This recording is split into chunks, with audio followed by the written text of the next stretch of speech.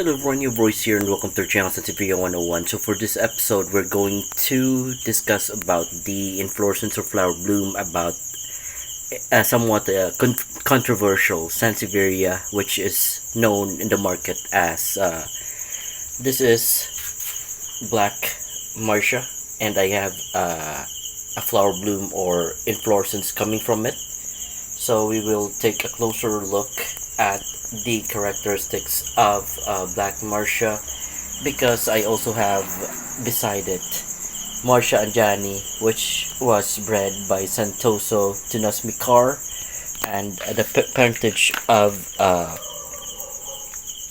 Marsha Anjani is the Sansevieria species pearsonii crossed with the Sansevieria species hallii. So those are the parentage of Marsha Anjani, and however, Black Marsha has a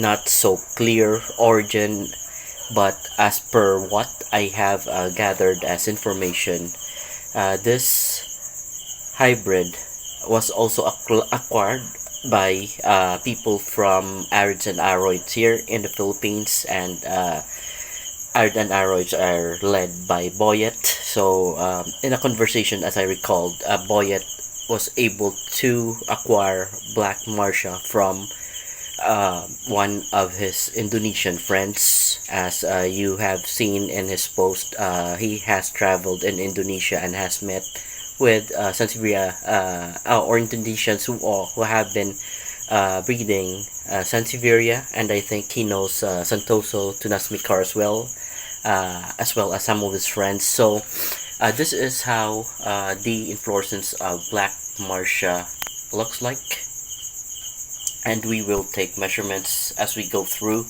And as we discuss Black Marsha, I will also perhaps include pictures of the transformation of the inflorescence or early bloom of this specimen, because I was not able to capture the early days or the first day, second day, wherein this stalk is just a small flower bud which looks like a crab pincer, but we're not able to capture that. When I spotted it, I will perhaps include in the overlay as a picture the appearance of the first images that I have captured of the flower spike coming from Black Marsha, so you folks can compare the transformation that it has compared to the transformation of the inflorescence of Marsha Anjani. By the way, Marsha Anjani, my specimen, has already bloomed. As you can see, there's still an existing flower stalk which has wilted out, and I have not cut it off. I have also featured it on this channel, the transformation of the inflorescence of Marsha Anjani, so people can compare, because there are lots of variants of Marsha Anjani in the trade today. I think one of my colleague, Shiv, only accepts 3 types of variants of Marsha Anjani. That is, the other ones are Anjani, and the other one I have forgotten, but I think I can put it on the notes on the right hand corner, because I too have a lot of hybrids that I now seem to forget the names of some of them when not discussed, and this is why I am making videos of the hybrids that I collect, because right now there are so many hybrids that I have in my care, and some of the hybrids that I have forgotten, or I can't recall as readily as I can. So that's why I try my best to record and upload into YouTube all the inflorescence as records, so that we have comparisons as to some variants of hybrids or some varieties of Sansevierias, so that we may be able to compare if we have the same type of species or related hybrids, or what are the difference with the hybrids. So with that said, we'll try to count the number of flower to or flowers per cluster, because this type of inflorescence that I am showing you right now of Black Marsha, this is called Black Marsha in the market. So um, as I've said, as I recalled with one of the conversations with Boyet, is that he was able to acquire it from an Indonesian, and I do not know if Santoso Tunasmekar was able to gift some of his seedlings to other Indonesians, but this plant really uh, looks like, or is very similar to Marsha Anjani. The only difference is that the color of Black Marsha is darker, and also I am a hybrider of Sansevieria, or I breed or I cross Sansevierias that are different from each other, a species cross with species, hybrids cross with hybrids.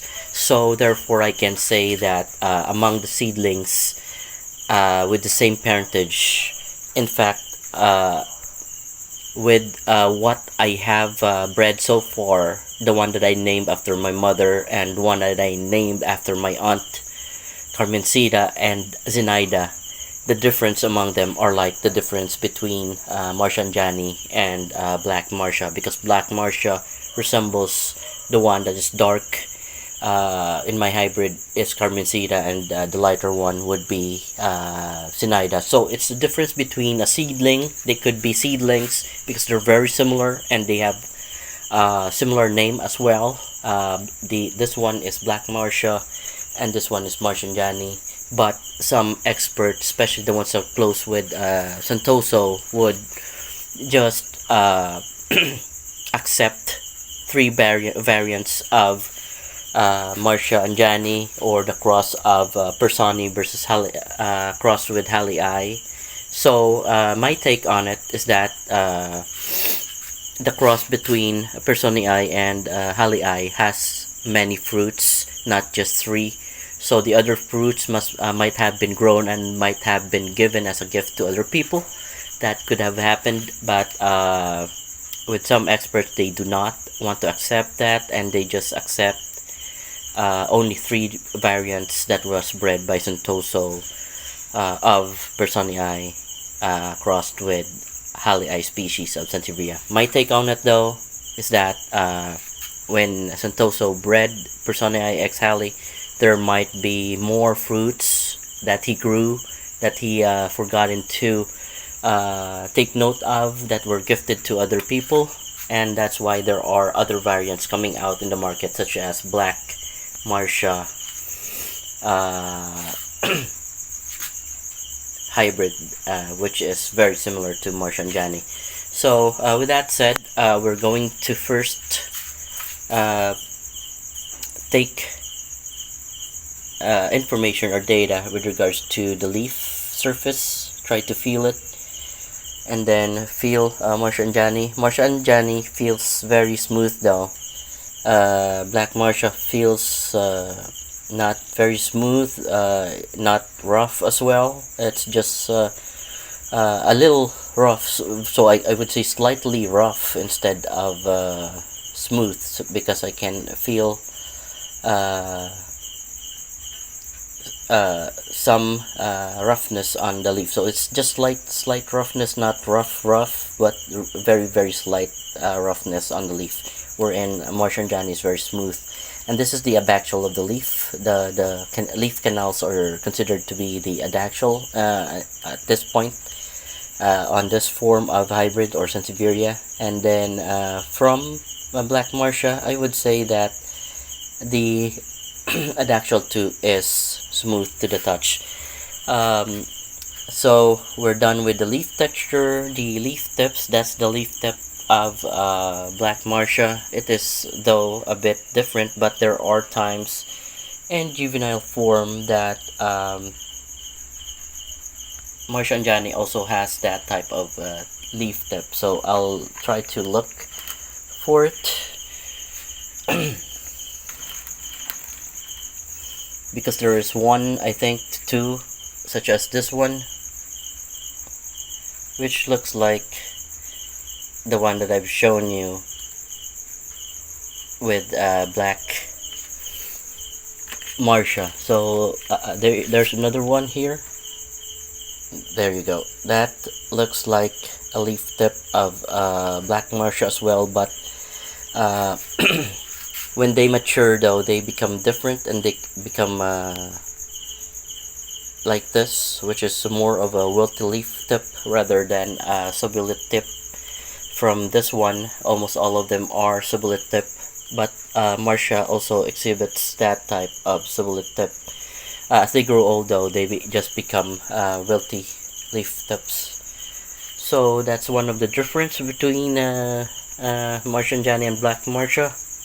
Aside from that, the coloration though of Marsha Anjani has having very clear patterns, and compared to Black Marsha, which is very dark and you can barely see the pattern on the leaf itself because of the dark coloration. As they mature,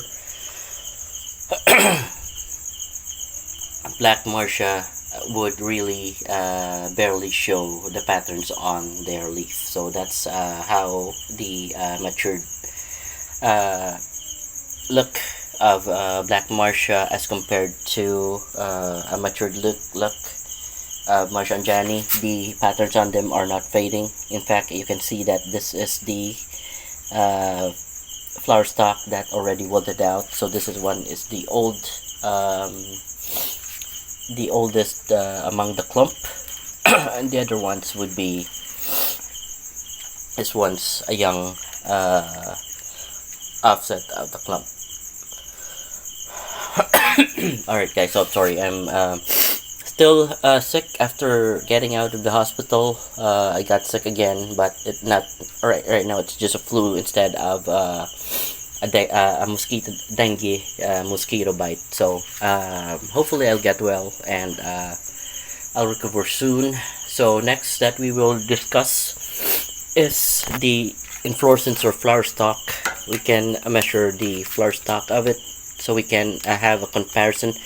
By the way folks, I already measured the or I taken data from the Marsha Anjani flower bloom, and you can just check the channel for Marsha Anjani and compare it to this one.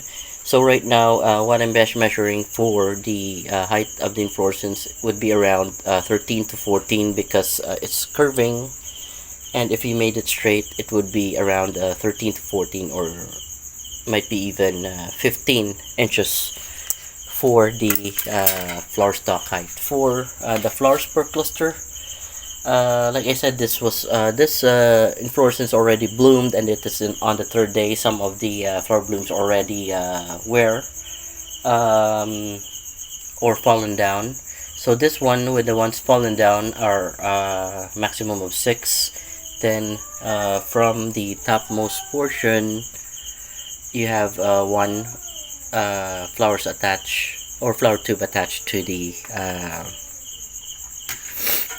flower stalk itself. So next we'll be measuring the flower tubes, and the flower tube would be 1.5 inch or 1.2 inch. They're varying in sizes because some would just be at 1 inch, and some of the flower tubes above are, I think, lesser than 1 inch, 0.75 of an inch, I may say. So that's the measure of the flower tubes for Black Marsha. So like I mentioned, the origin of Black Marsha is a bit on the gray area, and if you hear some background noise, there are some stray cats again in the garden that are strolling by night time. Sometimes they would topple down the pots and damage my plants. So sometimes I try to shoo them away, but that's how it goes with in terms of cats, stray cats in the garden. So that's why you're hearing background noises time that I'm making this record. So going back to what we're talking about between Marsha Anjani and Black Marsha, those are the difference. And aside from that, the leaf length of Marsha Anjani would be around 16, as long as 16, versus the longest leaf that I can measure here with Black Marsha is very close as well. So this one is around 13 to 14 versus the 16 of Marsha Anjani. So folks, I think this is it for this video. And if you have any questions or suggestions, please don't hesitate to leave a comment below. And if you like what I am presenting, please don't forget to like and subscribe to the channel. I'd really appreciate it. So thank you for watching, and you all have a great day.